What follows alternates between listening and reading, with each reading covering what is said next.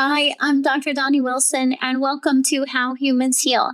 In this episode, I'm going to be talking about cervical dysplasia, which is when there are abnormal cells on the cervix before it turns into cancer, specifically CIN2 and 3, and the decision that many women have to make at that point, which is whether to have a LEEP procedure or to do a natural approach called Escharotic Treatment.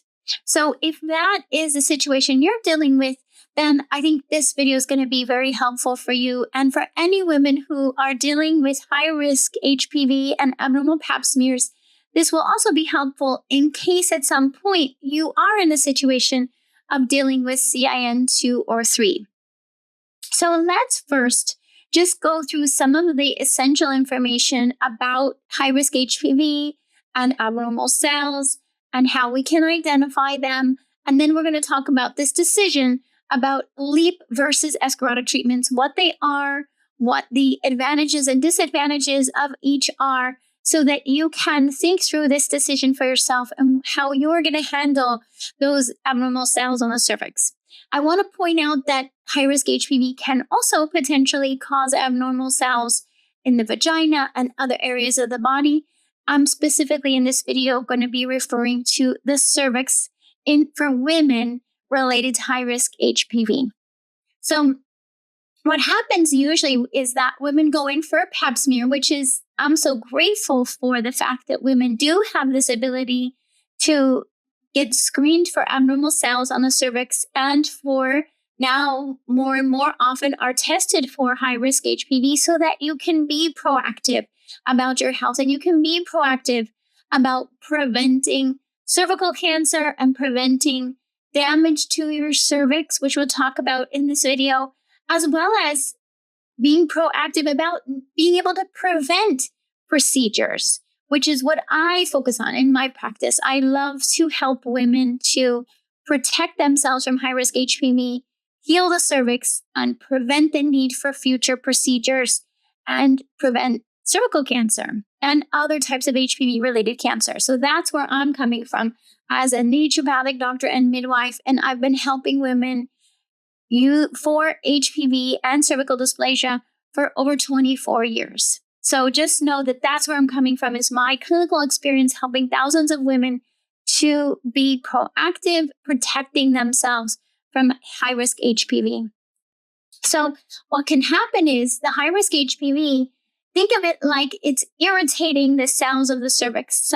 For some reason, it really goes after the cells of the cervix preferentially, and it irritates them. It makes them inflamed. That's the first sign of HPV being active, is that the cells look inflamed. If we take them off with the pap, we slough off some cells, we look under the microscope, and they look like they're inflamed cells. Or if that virus is really bothering the cells, it starts to cause the cells to look abnormal shape and size. And that's what as they start to become more abnormal cells, and it's a progression from low grade, low severity to moderate to severe severity of abnormal cells before they turn into cancer cells. So please know that this is a good thing, is you're catching it before it turns into cancer. And that's our whole goal. We want to catch it before it turns into cancer, and we want to turn it back around, get rid of those abnormal cells, and help your body to heal your cervix and get that virus out of there so that it doesn't have a chance to cause abnormal cells again. Now, in the conventional medical approach, what they do is they're doing the pap first to identify, is there abnormal cells on the pap smear, which is a quick screening and looking under the microscope. If they see any cells that are questionable, then the doctor will likely ask you to come back for a biopsy. And so with a biopsy, we use a procedure called a colposcopy. Sometimes we call it a colpo for short, C-O-L-P-O, colpo or colposcopy, which is when the doctor can actually look at your cervix with a microscope that has a filter, a green light filter on it. So they can actually see where the abnormal cells are while looking at your cervix. And then if they see abnormal cells, they can do a biopsy of that area. So it's very specific to the specific area of your cervix where they see abnormal cells. And so it's considered more definitive to do a colposcopy and biopsy than it is to do a pap smear. Although sometimes the pap smear shows worse cells than the colposcopy. But we tend to, whatever the colposcopy says, we tend to go by that because it's considered more specific, more sensitive to that area that looks abnormal. And usually your diagnosis is based on the colposcopy result. So then once you've gone through the biopsy colposcopy and you get your results, then depending on the severity, that's where your practitioner may mention the need for a LEEP or other procedure. If it's the low grade or what's called CIN1, it's not considered necessary to remove the abnormal cells because CIN1 can heal on its own. And I certainly see women to heal CIN1 all the time using my comprehensive protocol, everything from diet, mindset, herbs, nutrients, including vaginal suppositories. They're able to reverse CIN1 and get HPV negative without having to do a LEEP or escharotic treatment. So if you're dealing with CIN1, please know that you can follow my protocol and there's a high likelihood we're going to be able to heal your cervix than it is just by doing that. If it comes back, if your biopsy results come back as CIN2 and or 3, then you're in the situation of deciding LEEP or escharotic treatments. Now, let's talk about LEEP. So a LEEP procedure, LEEP, which in other countries it has a different name, referred to, I think, sometimes as a LETS procedure. The LEEP stands for Loop Electrosurgical Excision Procedure. So they're removing abnormal cells and without removing part of the cervix. Okay, so the LEEP allows you to remove abnormal cells without removing the cervix. If you think about it as, if you think about the skin on your hand, if you could slough off some skin, even if you think of on your face. A lot of times we have a facial and do exfoliation. Exfoliation is removing a layer of cells and the body grows back new skin, right? Same thing on the cervix. The cervix, you can slough off a layer of skin, the tissue, the abnormal cells, and the body can grow back those cells on the cervix. It's not actually removing part of the cervix. But when you have a LEEP procedure, there is the risk of scar tissue. The way they do the procedure is done, it can cause scar tissue. Now, it's more likely to develop scar tissue when you have more than one LEEP procedure, and especially if they're doing the LEEP procedure around the opening of the cervix, it's more likely that there will be scar tissue developing. LEEP procedure also takes several weeks or even months to recover. It can take at least 2 weeks to be through the initial phase of recovery from a LEEP. They suggest even not having sex or inserting anything vaginally for 4 weeks. And they say that it even can take 6 months for the cervix to heal after a LEEP. So they don't suggest trying for pregnancy for 6 months after a LEEP procedure. And if then they will go back and recheck the cervix. The doctor should go back within 6 months and recheck because the LEEP procedure does not kill the HPV virus. So all that the LEEP procedure does is it takes off the abnormal cells, which is important. We need that. That's part one. We need to remove the abnormal cells. Part two is dealing with the virus because the procedure itself does not kill the HPV virus. And so when you go back in 6 months to recheck, there is some possibility that the virus could cause abnormal cells again. And this is what can happen. Many women are going back and there's abnormal cells again because the virus is still active. And then they have to go through another LEEP procedure.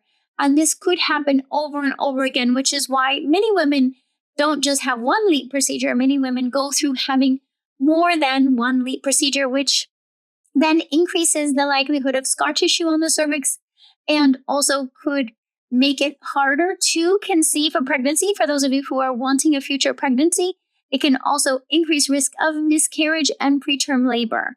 So a lot of women are concerned about these risks of a LEEP procedure.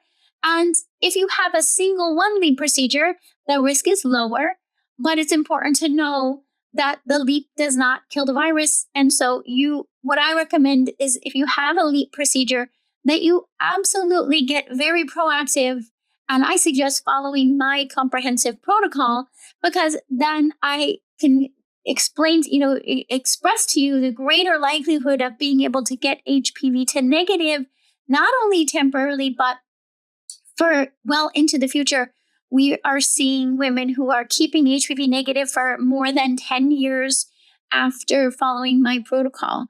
So it's absolutely possible to get HPV to negative and prevent it from causing abnormal cells again, but it's not in the standard medical system, and it's not going to be from the LEEP procedure. So you need to deal with the abnormal cells, and you need to deal with the virus in order to prevent it from causing abnormal cells all over again.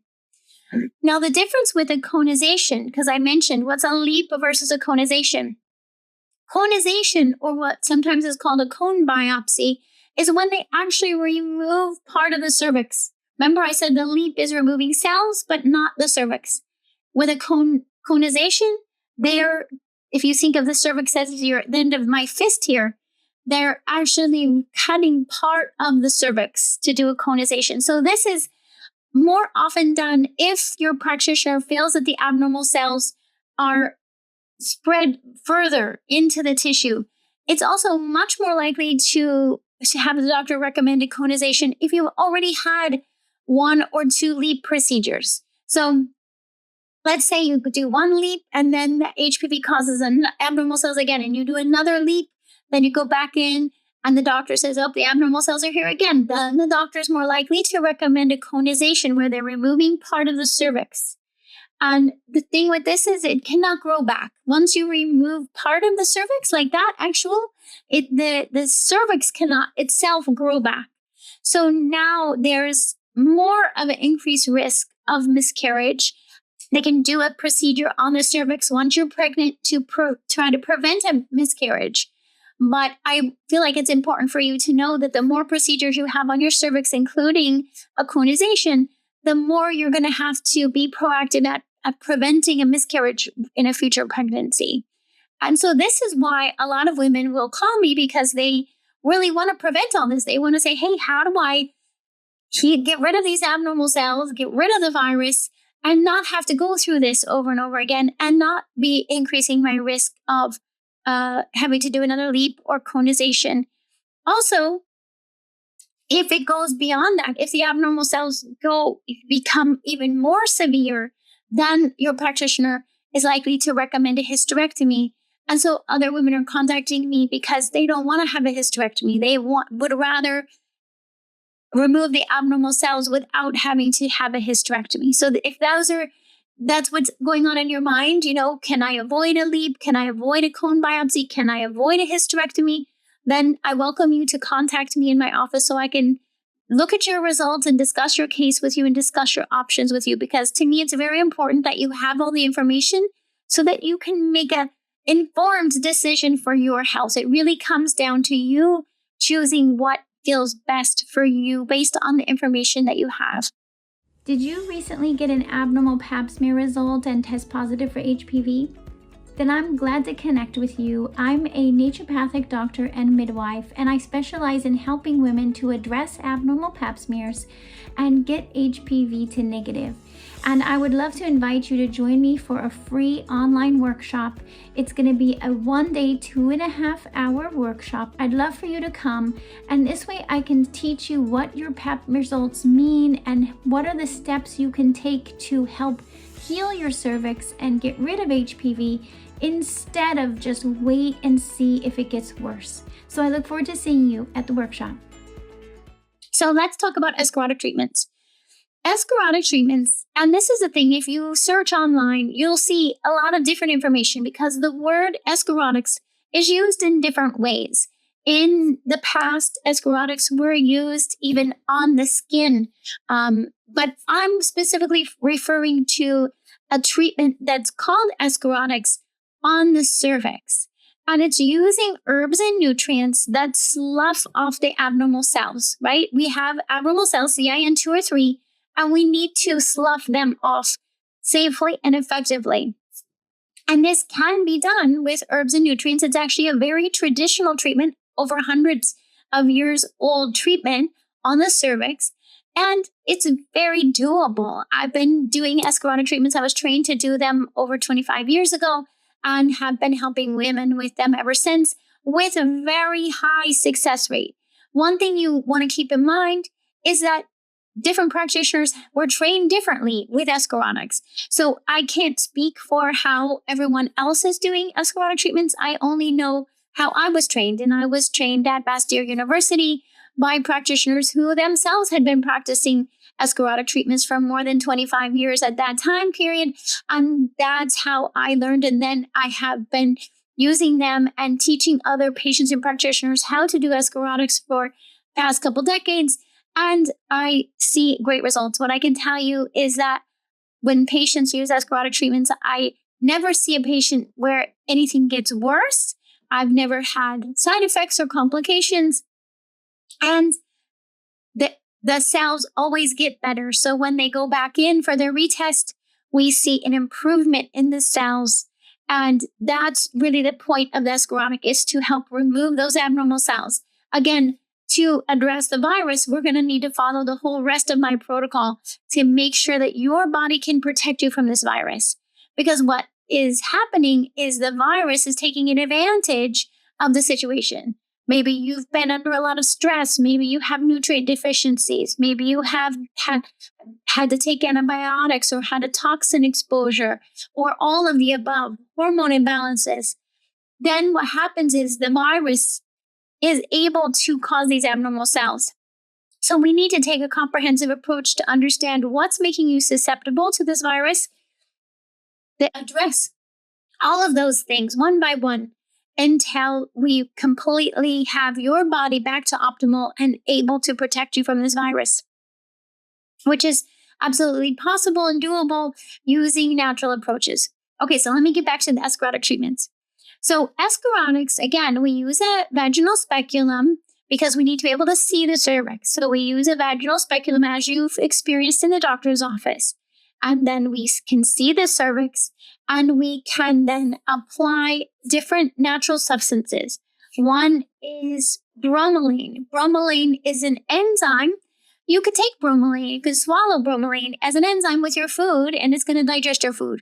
Or sometimes we use bromelain, you can swallow it away from food and it will digest inflammation.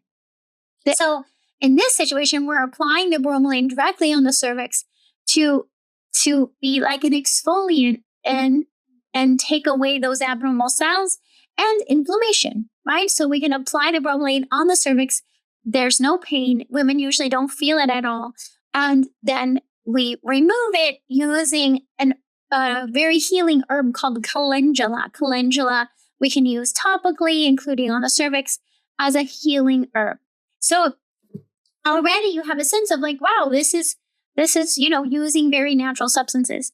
Then we use a combination of an herb called sanguinaria. Sanguinaria is known for how well it works against HPV and against abnormal cells and to support the immune system. So we use sanguinaria with zinc in a liquid form.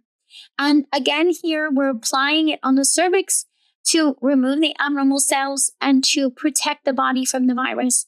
And then once we remove the zinc sanguinaria, and we then follow up with a vaginal suppository, herbal vaginal suppository that helps with healing of the cervix. So this is a brief, so you can get a sense of this is what's involved in an Escharotic treatment. And the thing is, it's not just a single treatment. You need to, usually the standard protocol is 10 treatments. So again, you need to be weighing out, like with a LEEP, you just do one LEEP procedure, hopefully, and then you follow my protocol and hopefully not need another LEEP procedure. With Escharotics, you're going to be doing this procedure either in the doctor's office or I train you how to do it. And you do this twice a week for 5 weeks for a total of 10 treatments. Sometimes we have to work around your menstrual cycle, so it might be over 6 weeks. But the general idea is and you want to have 2 days in between. So we usually can do about 2 treatments per week. And that's over about a 6-week period of time. And so it's more time intensive, right? You're going to be putting in more time and it's out of pocket cost. Whereas a LEEP is generally covered by insurance, right? You can get a PAP and a colposcopy and a LEEP covered by insurance. Escharotic treatments and a natural approach to addressing HPV is generally an out of pocket cost. So a lot of women are weighing it out that way. Okay, do I want to do one LEEP because my insurance will cover it and hopefully then I can prevent it from coming back again? Or some women are saying, wait a minute, I do not want to risk damage to my cervix and I don't want to go through another procedure. I want to do whatever I can with a natural approach. And that's when women will choose to do the escharotic treatments. But it's very important that you make an informed decision because it's your body. And I feel like that's what always comes back to that, right? Is like, what do you feel best about for yourself in your life? What resonates with you most? And to then be able to reach out to a practitioner like me so that I can look at your results and we can talk it through and say, what makes sense in your situation? Does doing escharotic treatments make sense for your case? And do you feel ready to go down that path and to know that it's not just about doing the escharotic treatments, that alone is not enough, that the escharotic treatments will help to remove the abnormal cells. But we need to make sure we get that virus handled or else it's going to cause abnormal cells all over again. So that's why it's very motivating at that point to say, hey, I got rid of those cells and I want to make sure they're not coming back.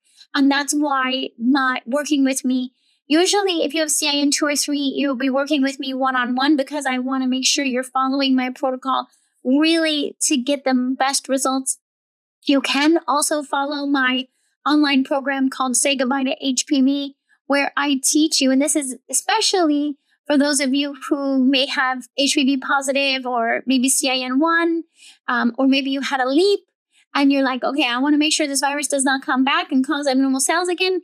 Then the Say Goodbye to HPV program is perfect because I teach you exactly the supplement protocol, the vaginal suppository protocol, the dietary changes, and how to really dig deep and figure out the underlying root causes of why the HPV is there in the first place. Because it's not just because you were exposed to this virus. Most all of us are exposed to HPV virus. It's not just the exposure. There's something happening in your system that's leaving you vulnerable, and we need to figure that out and address it in order to get that virus to stop causing abnormal cells and to get you out of this cervical cancer risk zone. Because my goal is to help as many women as possible to heal the cervix and prevent cervical cancer. We can drop cervical cancer rates drastically by doing this. And that's why I'm so glad to be sharing this information with you about what escharotic treatments are, how to know whether that might be an option for you. The escharotic treatments are not painful. Many women ask me that, is it going to be painful? What I find is that a colposcopy, if some of you have experienced a colposcopy or biopsy, the escharotics are less painful than a colposcopy. Sometimes in the first escharotic treatment, you may experience mild uterine cramping, like mild menstrual cramps for up to half an hour. But it's very mild, and a lot of women don't experience that at all. It's just because we're applying substances on the cervix, and sometimes then the uterus decides to be protective and cramp a little bit. But it's not considered painful. You do not need any kind of pain medication, and it's not something that women report or experience. Also, we do not see damage to the cervix. After escharotics, there is no increased risk of miscarriage or preterm labor. I don't see any of that. So when you're making this decision between LEEP and escharotics, the decision is LEEP, because if you're wanting to try to have a single procedure that's covered by insurance and then work to prevent it from happening again, or Escharotics because you're wanting to prevent damage to your cervix, prevent the risk of miscarriage, prevent future issues. Along with my protocol, then you will be preventing abnormal cells from happening again and preparing yourself for pregnancy if that is in your future. We find that as women follow my protocol to address HPV, they end up improving their fertility. And it is a out-of-pocket expense, but it can be well worth it if it's saving you from future procedures and risk of cervical cancer. So I hope that's helpful for you.